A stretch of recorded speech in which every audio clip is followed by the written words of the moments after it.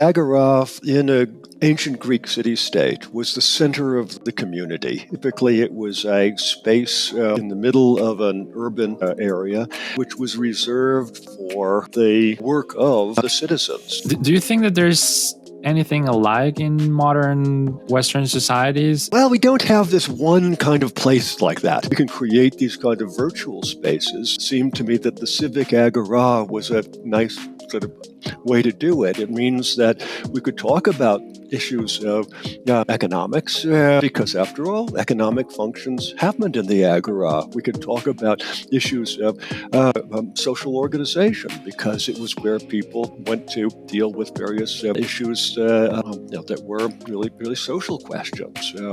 And we could talk about politics, because of course it was a place where people went who were concerned with politics as well. Welcome to the Civic Agora, a podcast from the Stanford Civics Initiative, where we discuss ideas on democracy and citizenship.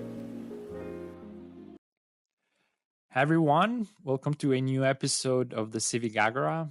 I'm your host, Javier Mejia, and today I have the great pleasure of being with Josh Ober. Josh is professor of political science and classics at Stanford, where he also has a courtesy appointment in philosophy. And Josh is also the founder and inspiration of the Stanford Civics Initiative. We're going to be talking with him today about his career as a political theorist and political philosopher, and about the Stanford Civics Initiative in general. Josh, how are you? Very well. Delighted to be in touch with you, Javier, and looking forward to our conversation. Thank you. Thanks a lot for being here. I want to start out our conversation by asking you about your origins. You have a very rich career. You're an archaeologist. You're an expert on the ancient Greek world in particular. But you're also a very profound philosopher of politics and society. And I know about one specific story about how your research move away from digging and spending years and years in archaeological sites to focus a bit more on text. And probably that was a crucial um, point in your career. But I'm curious about maybe other sources of inspiration that made you interested in taking seriously this task of thinking about how we organize ourselves in a society and what are the challenges that come with that. And I want to ask you, like, is there something about your family background that relates to this? Tell me about that, about the origins of your essence as a philosopher or theorist of politics. Yeah, thanks. Well, I think the real origin of a lot of my interest in democracy and problems of social organization can be traced back to my childhood, really. My father was a educator in public education in secondary schools. He became the superintendent of the high school district in Minneapolis, Minnesota, when I was about 12. And at that point, he was quite determined to engage in the kind of activity that would promote civil rights. I mean, it's very dedicated to trying to solve racial problems, and he was very great advocate of civil rights. So the upshot was that instead of going to the kind of nice lily white high school that I might have ended up going to, I went to a somewhat troubled inner city high school, as did my brother and sisters when they came of age.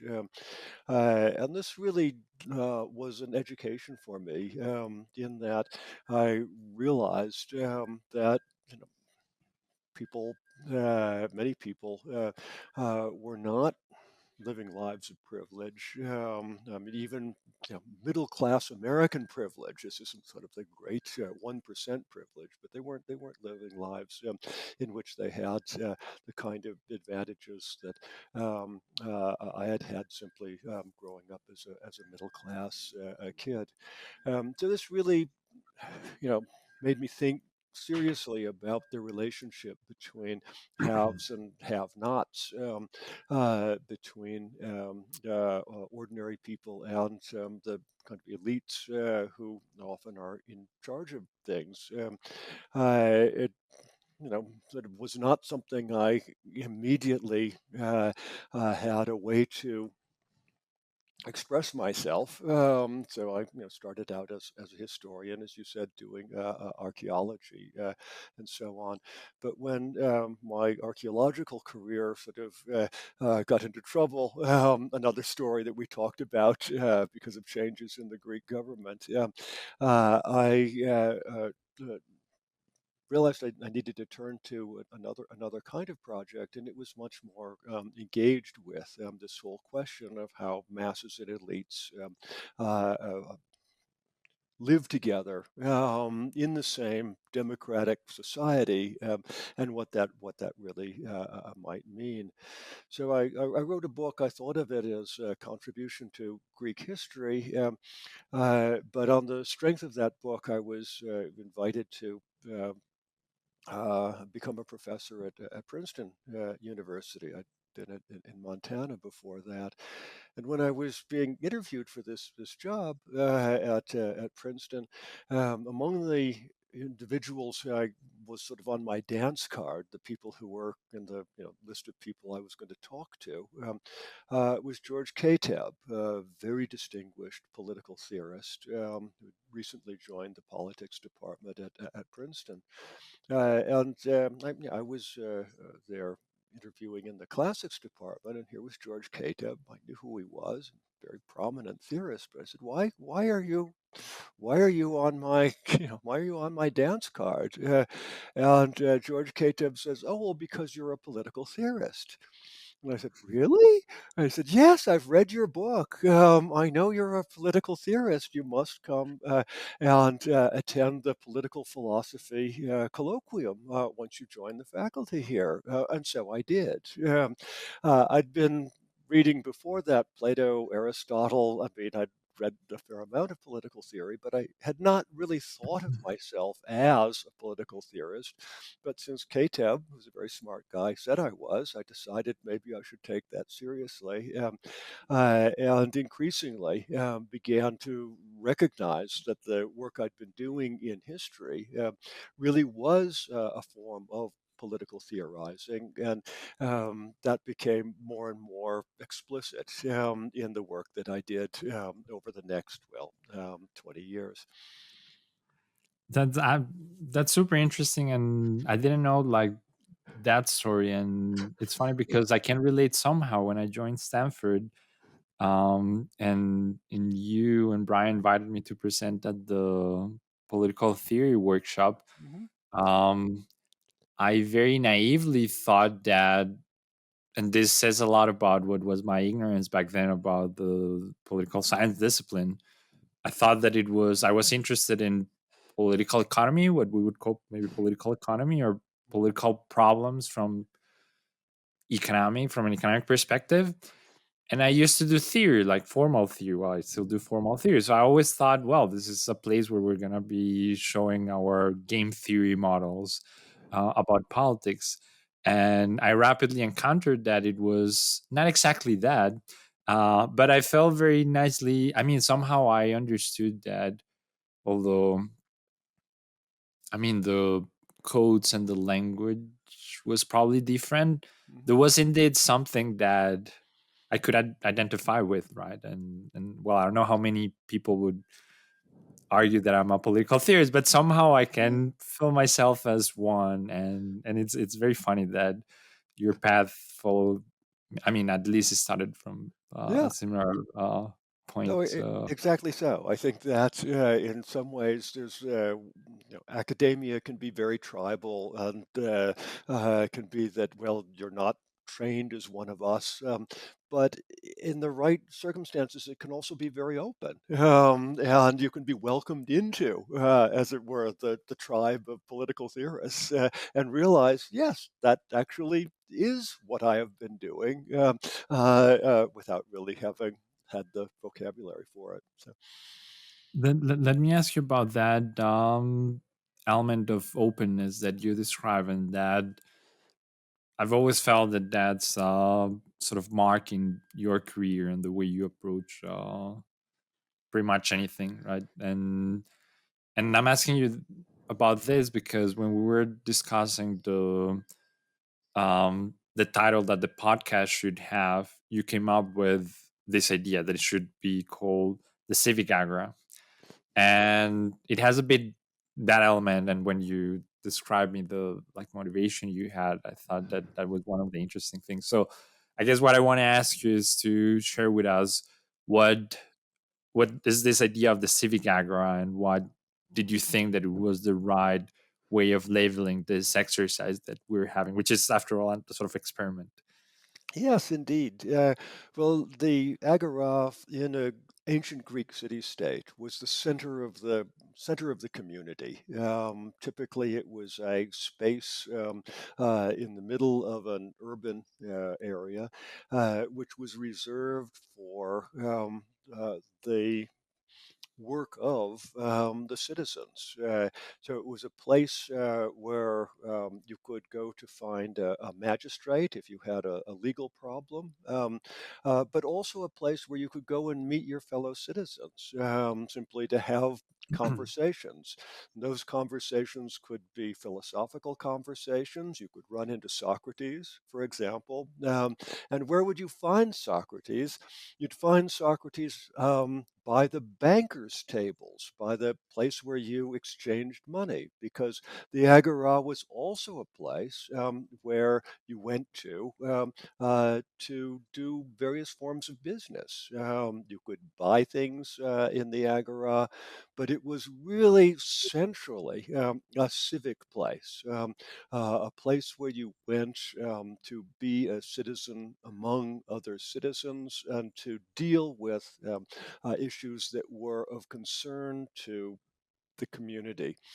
So when we were thinking about what we might call a series of podcasts that would be related to our Stanford Civics Initiative, it seemed to me that the Civic Agora was a nice sort of way to do it. It means that we could talk about issues of economics, because after all, economic functions happened in the agora. We can talk about issues of social organization, because it was where people went to deal with various issues. That were really, really social questions. And we could talk about politics, because, of course, it was a place where people went who were concerned with politics as well. So I think it captures this kind of idea that the civic space, the space of the where those who are concerned with the civic community will find themselves.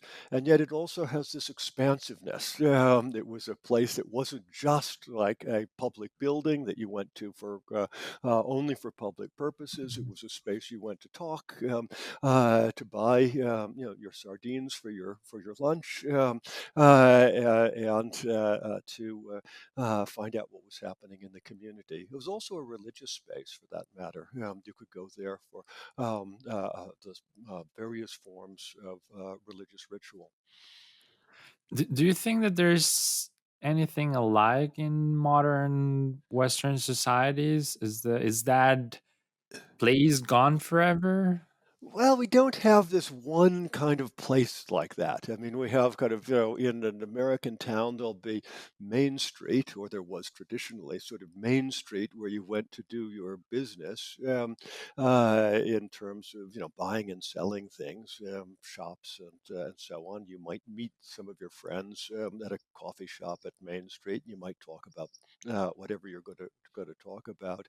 But then there would be the various civic buildings buildings, the town hall or what, but that was sort of a different thing. That was that's not Main Street. So yeah, I think it's a concept that's very useful for us. It allows us to think about ways that we can live our lives, in a sort of a fuller sort of sense, and yet with an orientation towards the civic, towards the what we do together as members of a shared community. So it's a distinctive ancient Greek idea that I think we could repurpose. Even if we don't have a physical space we can go there, we can create these kind of virtual spaces that might take some of that function. So let me use that reflection about how the ancient Greek world might differ from our modern world to ask you about the the differences between the ancient Greek view of democracy and civic activity um, compared with modern visions, right? And I'm asking you this because, and I'm gonna blame economics for this, as I do all the time when I think that I know something not very well. But the traditional interpretation that I had about democratic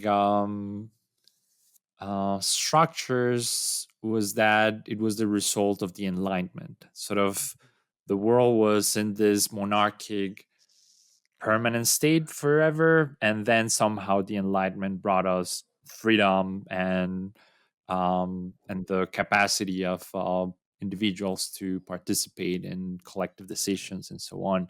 And one of the things that I've learned since I've met you is that there are probably several different other traditions of democratic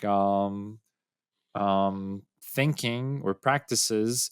One of those being very important, the ancient Greek world. I guess that, of course, I knew that Athens had been the birthplace of democracy, but that was always like a sort of kind of piece of information that you would bring at a cocktail or something, right?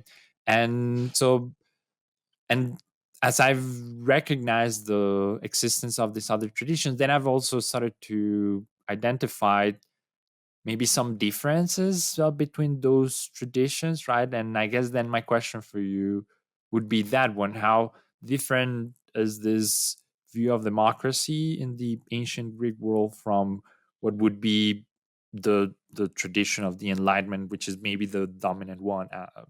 How do you think about that?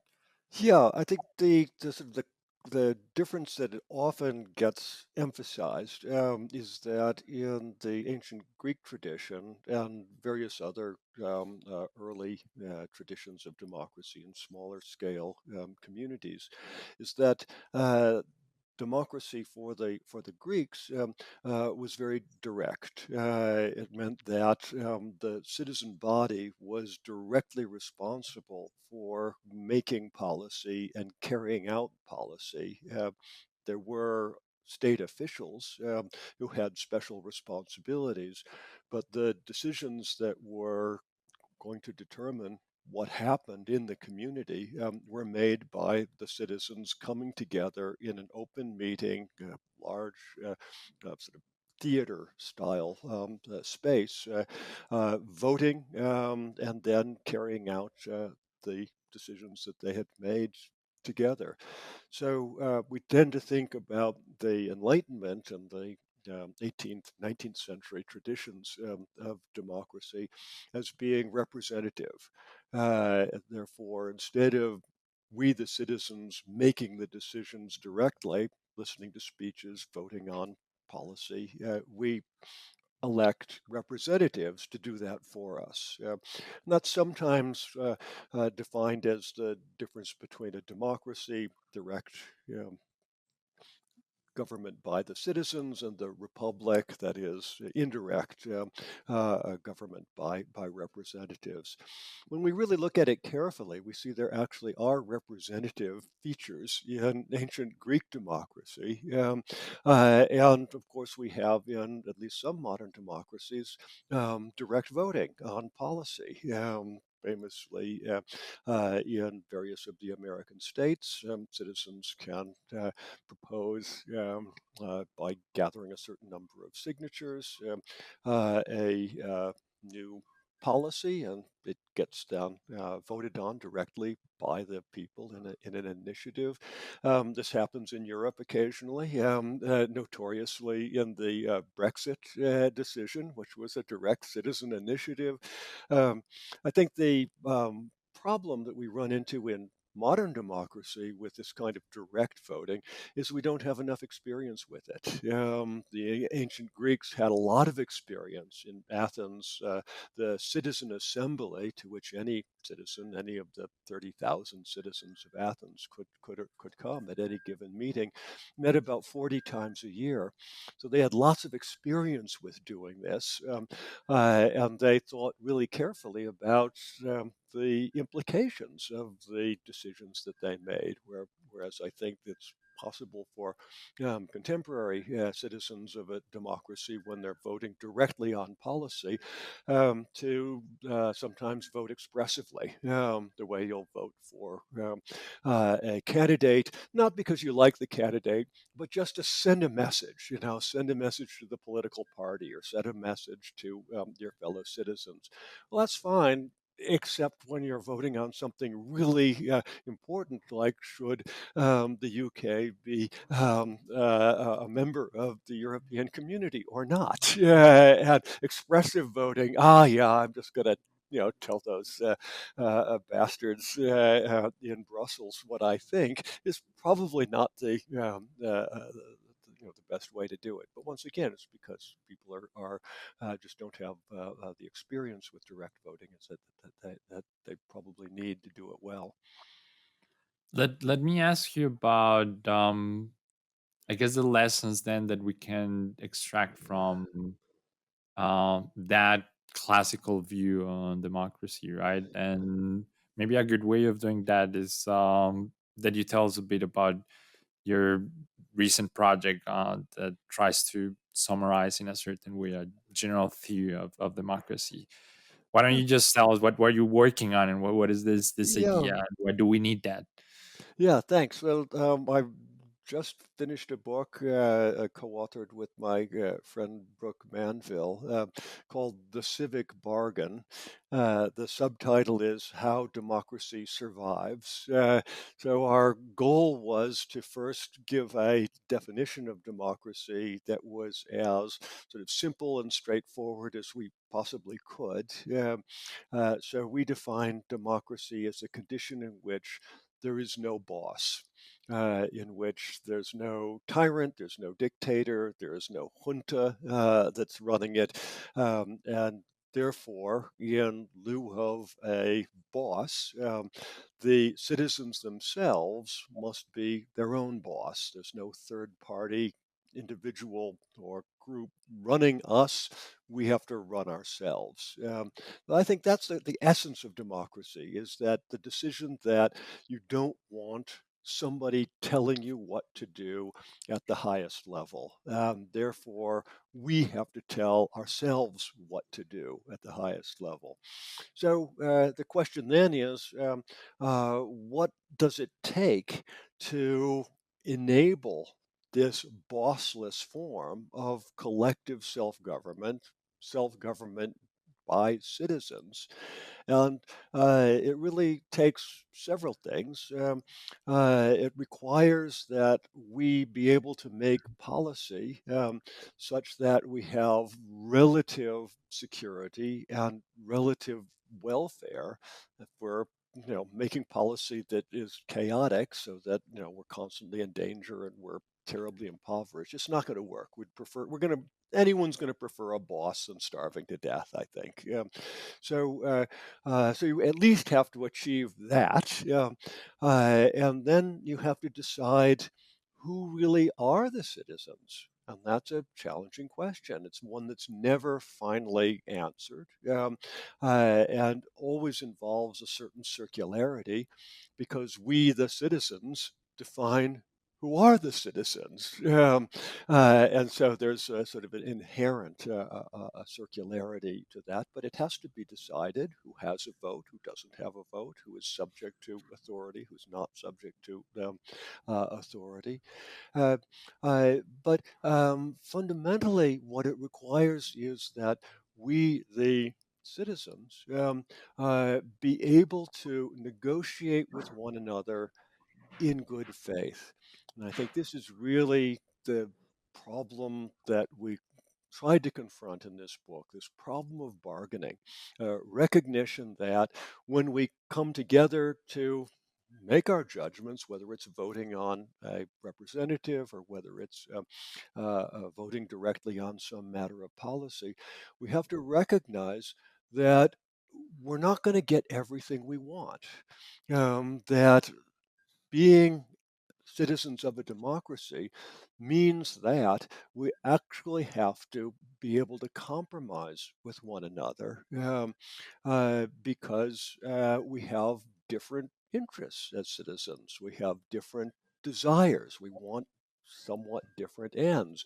Even if we have some shared ends, security, welfare, basic justice, and so on, we have different ideas about taxation, about social policy, and so on. And none of us is going to get everything that we want, because we're in a game, as it were, in which there has to be compromise in order for us to gain the ends that we need. We have to be able to make bargains that are not zero sum, just win lose, I win, you lose, or you win, I lose. We have to make bargains that are positive sum, in which you get more than you would get not making the bargain, and I get more than I would get not making the bargain. And we have to be able to keep on doing this over and over again, recognizing that each of us loses something when we make the bargain. I don't get. There are some things I wanted and I didn't get, and some things you wanted and you didn't get. This, I think, is really the core worry that we have now about the future of democracy, is that in many cases it appears that citizens have forgotten that this is all about negotiation and bargaining is about getting the best deal we can, not getting everything. And when it simply returns to a kind of win-lose, zero sum, ha, I win and ha, you lose, we've lost democracy. And that quickly then devolves into treating one another as enemies rather than as participants in some kind of a common enterprise. And at that point, democracy is really in a lot of danger. Let me ask you about that. I'm trying to think about my reaction about the first time you told me about this project. And I think the first thing that I thought was that this was very simple, that your explanation was very simple but profoundly brilliant in a certain way, because it indeed identified very clearly. It brought us back to, yeah, the substance of the collective action problem, and how to manage it in a very pragmatic way. And I thought it was great also because it, I think, highlighted or took away what I feel is a weird sort of fetish that we've developed. I don't know at what point, on sort of the rituals of democracy. And in that process, we have forgotten about the essence of what democracy is, right? And you're sort of getting rid of all those things, saying like, well, this is what we're really talking about. And by these rituals, I mean having elections, right? So there are plenty of autocracies that have elections, and then that's also used for people that want to control power to describe or to sort of validate that democracy is actually their system is functionally from a democratic point of view. And my perception of current discussions, at least in the public opinion, is frequently that we're discussing about the rituals that we're implementing, right? And we're labeling that as we have or not a functional democracy. But so I want to ask you about your view regarding those rituals, because although, I mean, having said everything that I just said, it seems that also you sort of need some practices that guarantee that good faith in the bargaining that you describe, right? How do you think about that? How, like, and following your very practical and pragmatic spirit, um, how can we think about the right rituals to implement the essence of democracy that you have in mind? Yeah, so every democracy certainly needs to have baseline institutions for making decisions and carrying out decisions and then interpreting decisions. So we have to, so as you say, call these formal rituals or institutions or structures. But without this, we are, we don't know really what we're doing. So that's certainly right. But I think we can get hung up on what you're calling the rituals, or the institutions, or the form, and forget that these are ways for carrying out the basic work of democracy. And the basic work of democracy is making decisions, judgments together as citizens that allow us to not have a boss, allow us to get on with our lives, to have basic security and welfare, and pursue our lives without being told what to do by some external boss who is unaccountable to us. There are a whole variety of ways to structure a democracy. We can have a very election-driven institutions, as we have in many modern democracies. We could have, once again, direct assembly and many officials being appointed by lottery, as they had in Athens. These are just different ways of structuring the institutions, but they aim at the same goal, and that is, the people together being able to do things that are salient, that carry out their desires without an external authority telling them what to do. And the Greek word demokratia, from demos and kratos, just really means the capacity of the demos, the people, to do things. But in order to have that capacity, we need to have institutions, we need to carry them out. But, very importantly, we have to treat one another in a certain way with a certain kind of respect, even if we don't love each other individually, if we don't much like each other individually. We have to recognize that we are participants in a common enterprise, and that being participants in that common enterprise means that we need to engage in a good faith bargaining. Good faith bargaining just means, yeah, I'm going to try to get what I can, but I recognize you're trying to get what you can, and in the end, we'll make some deal in which each of us has gotten as much as we can, and then we'll do it again, and then we'll do it again, and that it's not a one-shot deal; it's a continuing uh, enterprise. And because of that, sometimes you get more and sometimes I get more. But in the end, we're engaged in, once again, there's a good faith bargaining that recognizes that neither of us gets everything, and yet together we get more than we would get if we weren't engaged in this good faith bargaining. There's something very I don't know how to describe this, but probably very unromantic of your solution or your description of democracy, which is it's not something that you just built and then it's there, it's in the constitution, that's it. And but it's you describe it as an exercise of permanent construction, right? And it's one in that sense. I feel it's one of those answers that probably we don't want to hear, but maybe that's probably precisely why we would need to emphasize that it's important, right? Yeah, absolutely. It really is. It is.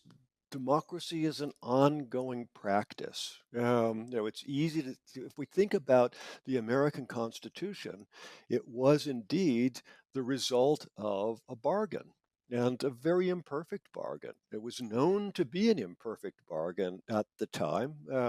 In the Enlightenment, late 18th century, when this bargain was made, imperfect because of the institution of slavery. So we can look back and say, well, what a terrible deal. I mean, it was corrupt from the very beginning, but it was the best bargain that was available at the time if you were going to have a United States. It's imperative that this bargain then be adjusted over time. And ultimately it was, although not without a great deal of violence, because it wasn't adjusted quickly enough and effectively enough over time. But that's once again part of the lesson is that the core bargain, the civic bargain that gets made, needs always to be open to ongoing adjustment based on changes in the external environment, changes in the way people understand what is the most just way that we can live together. I want to get back to that sort of spirit about how to think about democracy and how we need to invest on it regularly. In a couple of minutes, I want to get back to that when we talk about the Stanford Civics Initiative, because I feel that in a certain way we try to do that, right? Mhm. But before that, I have one additional question, sort of more sort of like a positive nature of your theory, because one of the things that I really like also about it is how it seems very flexible from an institutional arrangement point of view. As you described, there are many ways in which you can create a system that fits into your description of what a democracy is. And I find that very useful for whoever is thinking about non-Western societies, right? Because me personally, coming from Latin America and having lived in the Middle East, I've been regularly exposed to this very Eurocentristic understanding of democracy, in which democracy is this thing that again emerged at some point after the French Revolution, whatever, and we do this and that. And whoever knows fairly well other parts of the world is aware that different societies have emerged with different mechanisms and practices and institutions that probably capture some of these features that you describe. People accept each other in the same on the same table, and they discuss about how they deal with problems. And frequently, that type of attitude is described as cultural relativism, and people are sort of antipathic towards those ideas. But it seems to me that it's part of the conversation, and your theory gives, I feel, a sort of anchor to say, okay, let's focus on the substance of what democracy is, which is let's allow people to have honest conversations and discussions about the things that they consider important. And so I guess that my question related to this is, how much do you think about that, right? Because you're trained on the Mediterranean Western like tradition of democracy, but are you motivated at some point by this other civic traditions? Is that something you think actively about, or how do you think about this? I think that's one real advantage to being able to sort of move from a particular historical frame, which connects you to a particular tradition, a particular way of doing things, a particular set of institutions, to political philosophy that then backs away from that particularity and says, well, what is what's really going on? That's going on underneath any particular set of institutions or traditions. So, although I can't claim to be expert in any non-Western tradition of democracy, I think once you reduce the question of democracy to its basics, once you recognize that it is citizens together solving problems and doing so without reference to some external authority, a boss, then you recognize that then, yes, of course, there's lots of ways potentially to do this. Uh, what it does require is that those who are in the body of the citizens, those who have a seat at the negotiation table, really, have to be able to treat one another as what Aristotle said in his one very particular part of the Western tradition, what he called civic friendship. And he said that this was really an essential part of having a good community. Now, to be civic friends doesn't mean that you're personal friends, doesn't mean even about liking one another, but it does mean that you recognize yourself as participants in this common enterprise. And I think that is basic. Is that if you imagine very small scale democracies in uh, uh, very early pre-modern communities. You imagine very large-scale democracies potentially in contemporary sort of networked communities. I think the core thing is that you recognize yourselves, those who are engaged in the enterprise, as being sharers in an enterprise and therefore not being enemies, um, even if you are pushing for somewhat different goals. But when I get you know two-thirds of what I want and you get two-thirds of what you want, it's not that I've lost a third and I've been defeated and crushed. It's that I recognize that we've each done better than we would have done if we weren't negotiating in good friends as or in good faith as people who are civic friends. That is, who are sharers in an enterprise. Let me ask you now about why do you think that this is important, and what do you think that we needed something like the Stanford Civics Initiative? Actually, probably a better way to start this is to tell us about what is the Stanford Civics Initiative and how it began.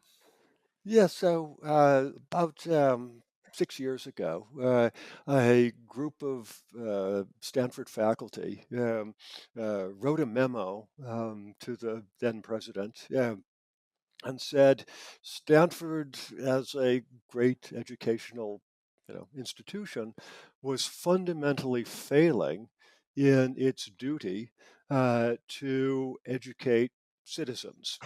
He said that, of course, Stanford is a very fine technical university, educating people to be good participants in an economic set of enterprises, but was not doing what the university was founded to do, in part, which was to create effective citizens in a democratic society.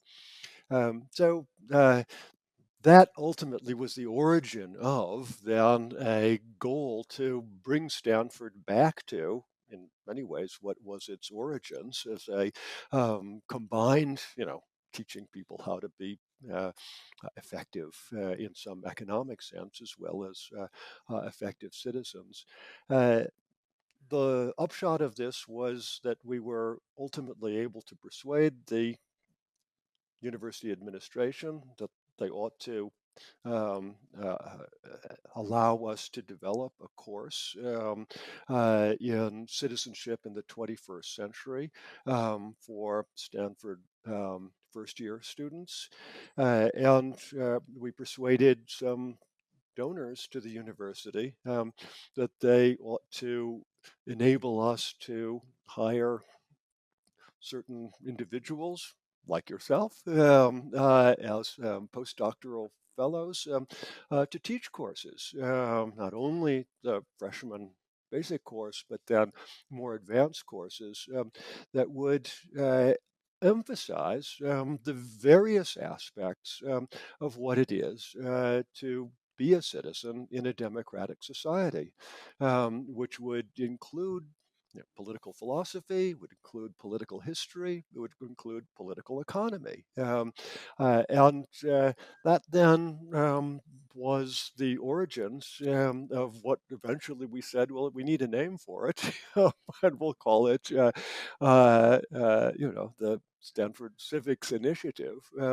And it would have this goal of preparing citizens to be effective participants in a democratic community, essentially by ensuring that they can talk with each other effectively, that students who come from different ethnic backgrounds, different political commitments, different religious backgrounds, would be able to talk about matters of common concern, social policy, political policy, economic policy, in ways that were open and frank, that enabled real debate, that took different traditions seriously, that took different viewpoints seriously, without fighting, without having to say either on the one hand, well, you're wrong because you say that, and you're bad because you say that, or just being silenced. And I think that was part of our worry, that people weren't, they were not willing to, they were somewhat afraid to express themselves in ways that were frank and open, in the sort of way that citizens must be able to talk with one another. Now, in this sense, we're talking about citizens of an academic community, not necessarily citizens of the United States, but still in all, people who are together in some kind of a common enterprise, and certainly each of them in their own political communities, in their own countries, needing to be engaged in some kind of effective uh, role as participants in, once again, whatever the common enterprise might be. What do you think that happened in the university, and even more broadly speaking in our society, that this objective of putting at the center of our education civic values and practices, um, which seems something in a certain way pretty obvious and basic, sort of got lost? How do you think about this? Yeah, I think it's sort of two things. One is that the technical side of the university became more and more important, more complex, uh, more and more effective. And so it sort of naturally tended to grow, so that you become more and more expert in some area, whether computer science or history or whatever it may be, because these disciplines become more and more technical and demanding. At the same time, I think that there was a sort of a sense that the civic side of it was difficult, was causing people to be, angry with each other. And it's sort of easy to just sort of say, well, we'll concentrate on the thing we're good at, turning out good computer scientists. We really don't know how to turn out good citizens. So let's just go with our strength, and sort of don't really worry about this other thing.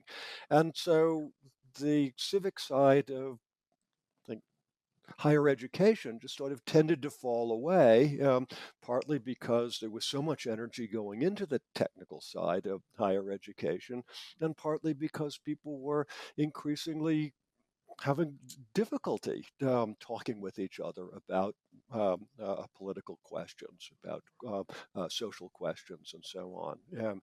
So I think it wasn't a conspiracy. There's nobody's really responsible for this, but at a certain point, the university became, or I think this is true of universities across the United States, across North America, I think really across the world, became increasingly just technical education. And this is, I think, really bad for democracy in the long run because democracy is not easy. Democracy requires some education. It requires that we learn how to deal with one another, how to talk with each other in a civil way, how to negotiate with one another, how to make bargains that are the best that are available. Doesn't That's not a natural skill, and it's one that really universities and I think also secondary schools have a responsibility for inculcating, so that we are actually able to more effectively do the work that we need to do as citizens if we want to continue to be govern ourselves without some external boss. I want to ask you one final question regarding that responsibility that you describe, and it's about the way in which you think about our actual impact on society, right? Because the way in which I like to think about this, and I don't know if I'm being now too romantic, is that we're not just educating our students at Stanford and impacting on their lives and ways of thinking and interacting with the society, but I think that there's a larger scale impact of it, right? I think that on each of our students, if we're successful in our effort to push them to think more carefully about citizenship, we're translating some of those lessons farther away than just Stanford, right? Because of course, I think it's great that we educate an entire generation of students at Stanford.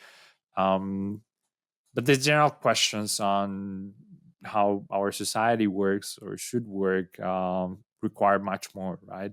So I guess I would like to hear from you how you think about the impact of the initiative and what would be a sort of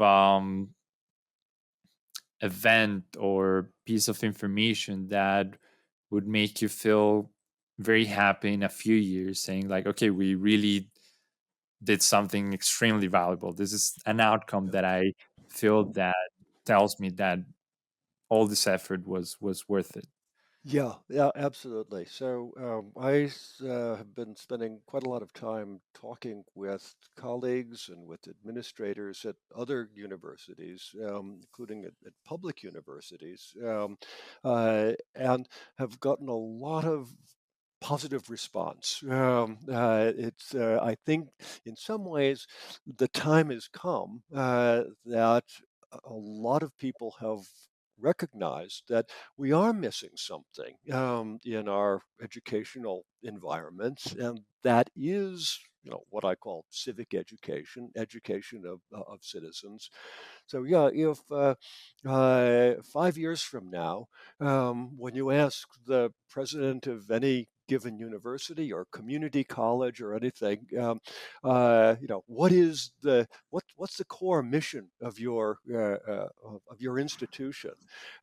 If along with we're creating great computer scientists or whatever it is.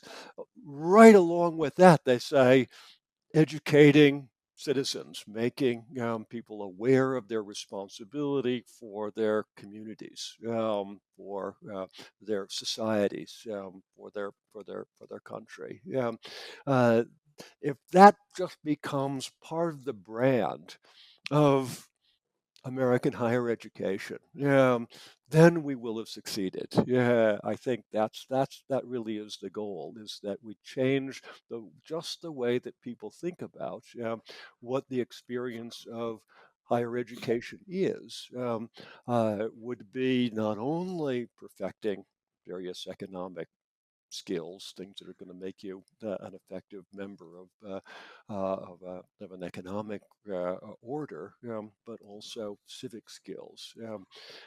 So that's the goal: is to build it into the brand of higher education that civic education just is an essential part of what every university ought to be doing and strives to do as well as they possibly can. That's great. That's great. Thank you very much, Josh. It's always very instructive and inspiring to talk with you. So I appreciate that you took the time to. I mean, it's always fun because we move like through history and societies and ideas. So it's always very interesting to talk to you. It's, Thanks a it's, lot. a, it's a delight talking with you, Javier, and I'll look forward to next time. Thank you for tuning in today to the Civic Agora, brought to you by the Stanford Civics Initiative. Don't forget to stay connected with us on YouTube and Spotify, where you can discover more podcast episodes and gain access to additional information about the Stanford Civics Initiative. I'm your host, Javier Mejia. Feel free to follow me on Twitter at Javier Mejia C and connect with me on LinkedIn as Javier Mejia Cubillos. Until next time, stay engaged. Thank you and take care.